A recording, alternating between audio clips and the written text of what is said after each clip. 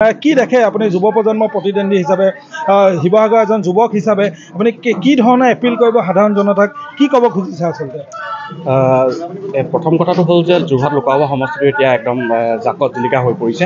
অসমৰ 14টা সমষ্টিৰ লোকসভা সমষ্টিৰ ভিতৰত শিৱসাগৰ লোকসভা সমষ্টিটো সাংঘাতিকভাৱে প্ৰতিপক্ষ হৈছে। প্ৰথম কথাটো হ'ল যে যোৰহাট লোকসভাৰ বৰ্তমানৰ যিজন সাংসদ আছিলে তপন গগৈ ডাঙৰীয়া, যোৱা 5 বছৰে তেখেতে কি কাম কৰিলে যদি চাবলৈ যায় আপোনালোকে গম পাব যে 37 নং ৰাষ্ট্ৰীয় ঘাইপথটোৰ অৱস্থা কি। প্ৰথম কথা। দ্বিতীয় কথাটো হ'ল যে আমাৰ ইয়াত যিসমূহ যদি আপোনাৰ ইয়াৰ পৰা এজন যদি কি বুলি কয় ৰোগী যদি যাবলগীয়া হয় যোৰহাট মেডিকেল কলেজ বা ডিব্ৰুগড় মেডিকেল কলেজলৈ, তেখেত আধা ৰাস্তাতে চাগে মৃত্যুবৰণ কৰিব। প্ৰথম কথা। দ্বিতীয় কথাটো হ'ল যে আমি অসম জাতীয়তাবাদী যুৱ ছাত্ৰ পৰিষদে 1978 চনৰ পৰা এটা কথা কৈছোঁ যে অসমত আন্তঃৰাজ্যিক পাৰপত্ৰ ব্যৱস্থা প্ৰৱৰ্তন কৰিব লাগে। এই 1978 চনৰ পৰা প্ৰৱৰ্তন কৰিবলগীয়া কথাটো এজনো সাংসদ আজিলৈকে অসমৰ এজনো সাংসদে আজিলৈকে এই বলিষ্ঠভাৱে এষাৰ কথা ক'ব নোৱাৰিলে কেন্দ্ৰীয় চৰকাৰৰ আগত। অতি দুৰ্ভাগ্যজনক বিষয়। সেইকাৰণে আমি অসম জাতীয়তাবাদী যুৱ ছাত্ৰ পৰিষদে এটা কথা অসমৰ ৰাইজক আমি অনুৰোধ কৰিছোঁ, এইবাৰ যিকেইজন আপোনালোকে প্ৰতিনিধি পঠিয়াব ইয়াৰ পৰা সুস্থ এজন যাতে বলিষ্ঠ কণ্ঠৰে যাতে এষাৰ কথা ৰাখিব পাৰে অসমৰ ৰাইজৰ হৈ তেনেকুৱা এজন প্ৰতিনিধি পঠিয়াওক। আপোনাৰ মনৰ কথাটো কওক। ভাল এজন আহিলে হ'ল আৰু সেইটোৱে আমি হেৰি কৰিছোঁ আৰু।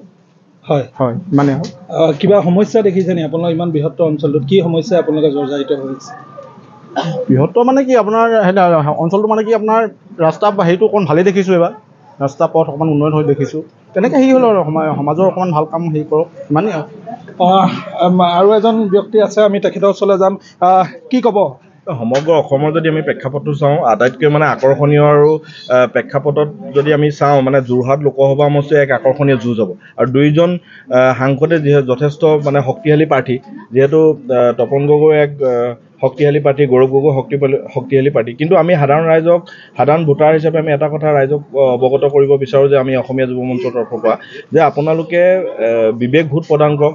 চৰকাৰে যিহেতু নিৰ্বাচনৰ আগমুহূৰ্তত আমি দেখা পাওঁ যে বিভিন্ন আঁচনি দিয়ে, এই আঁচনিবোৰত যাতে মানুহবিলাক ভুল নাযায়। যিহেতু আঁচনিখন পোৱাটো কিন্তু চৰকাৰৰ পৰা এখন আঁচনি লাভ কৰাটো প্ৰতিজন নাগৰিকৰ দায়িত্ব আৰু তেখেতলোকে সেইটো লাভ কৰিব, সেইটোকে প্ৰাপ্য। কিন্তু সেই আঁচনিৰ নামত যাতে তেওঁলোকে নিজৰ বিবেকক যাতে বিক্ৰী নকৰে আৰু যাতে এটা বহুমূলীয়া ভোট প্ৰদান কৰি যাতে এজন যোগ্য প্ৰতিনিধি নিৰ্বাচন কৰে। আমি এতিয়া যোৰহাট আৰু শিৱসাগৰ যদি আপুনি ডিফাৰেঞ্চ চায়, মাজত আমি ডিব্ৰুগড় আৰু যোৰহাটৰ যেনেধৰণে উন্নতিৰ মাজত আমি থাকি গ'লোঁ শিৱসাগৰ সমষ্টি, ঐতিহাসিক এটা শিৱসাগৰ সমষ্টি বুলি কোৱা যায় যদিও শিৱসাগৰ সমষ্টিখনত যেনেধৰণে উন্নতি হ'ব লাগিছিলে, সৰ্বাংগীন উন্নতি বোলে, তেনেধৰণে কিন্তু সৰ্বাংগীন উন্নতি সমবিকাশৰ কথা বিজেপি চৰকাৰে কৈ থাকে। সেই ক্ষেত্ৰত কিন্তু আমি দেখিলোঁ যে সৰ্বাংগীন আৰু সমবিকাশৰ যি উন্নতি, সেই উন্নতি যি ধৰণে তেখেতলোকে ঢাক ঢোল বজাই থাকে, সেয়া কিন্তু অসমৰ ৰাইজে দেখি আছে যে বিজেপি চৰকাৰখনে কেনেধৰণে মূল্য বৃদ্ধি হওক বা বিভিন্ন তেলৰ বৃদ্ধিৰ ক্ষেত্ৰত হওক কেনেধৰণে ৰাইজৰ ওপৰত মাধমাৰ ঘটে। সেয়েহে মই ৰাইজক আহ্বান জনাওঁ যে আপোনালোকে এনেকুৱা এজন যোগ্য প্ৰাৰ্থী নিৰ্বাচন কৰক, যিজন যোগ্য সাংসদে যাতে শিৱসাগৰ যোৰহাট লোকসভা সমষ্টিটোৰ যিসমূহ সমস্যা, সেই সমস্যাসমূহ যাতে সদনত সজোৰে উত্থাপন কৰি ৰাইজৰ সমস্যাসমূহ সমাধান কৰিব পাৰে। কি ক'ব ডাঙৰীয়া? কাক ক'ব আপুনি? তপন গগৈ, গৌৰৱ গগৈ দুয়োজনে আছে আৰু তুমুল ইতিমধ্যে ৰাজনৈতিক যি প্ৰেক্ষাপট দেখিছে আপুনি, কি ক'ব? কাক লৈ আপুনি আশ্বস্ত? নাই, আমি আচলতে যদিও আমি এজন সাধাৰণ ভোটাৰ, তথাপি এই যুঁজখন নিশ্চিতভাৱে যথেষ্ট আকৰ্ষণীয় হ'ব আৰু আমি আশা কৰিছোঁ শেষ মুহূৰ্তত নিশ্চয় শাসকীয় বাহিনী আগবাঢ়ি যাব। তপন গগৈ হয়, আমাৰ সেইটো অনুমান হৈছে। তপন গগৈ কাম কাজত লৈ সন্তুষ্ট হয় নাই? নিশ্চিতভাৱে কেন্দ্ৰ চৰকাৰে কিছু আঁচনি, এতিয়া যিবিলাক আঁচনি সৰ্বভাৰতীয় প্ৰেক্ষাপটত যদি চোৱা যায়, বিশেষকৈ 370 হওক বা অন্যান্য আপোনাৰ আইনবিলাকেই হওক, যিবিলাক আইন অতদিনে জনহিতকৰ নামত ঠগি আহিছিলে, সেই আইনবিলাক আজি বাতিল কৰি ভাৰতবৰ্ষত এক বিজেপিক লৈ সুখী আপুনি? নিশ্চিতভাৱে নৰেন্দ্ৰ মোদীৰ নেতৃত্বত আমি সুখী বুলি ক'ব পাৰোঁ।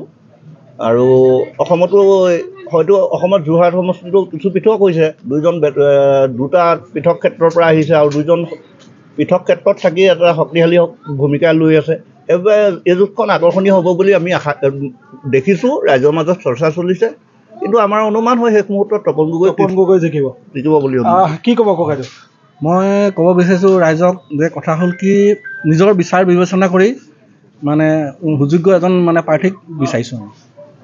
হয়, এয়াই আচলতে শিৱসাগৰ যি গ্ৰাউণ্ড জিৰ' ৰিপৰ্ট এক চাহৰ যি আধাস্থলীৰ পৰা আচলতে এই গ্ৰাউণ্ড জিৰ' ৰিপৰ্ট প্ৰতিবেদন প্ৰস্তুত কৰিব চেষ্টা কৰিছিলোঁ। আৰু ইতিমধ্যে বিভিন্ন দল সংগঠনৰ লগতে সাধাৰণ ৰাইজে আচলতে মিশ্ৰিত প্ৰতিক্ৰিয়া দিছে। আৰু কিন্তু সকলোতকৈ ডাঙৰ কথা হৈছে আৰু সকলোতকৈ লক্ষণীয় বিষয় হ'ব যে তপন গগৈ শেষ হাঁহি মাৰিবনে গৌৰৱ গগৈ শেষ হাঁহি মাৰিব, এই আড্ডাস্থলীত আচলতে নিৰূপণ কৰা নাযাব।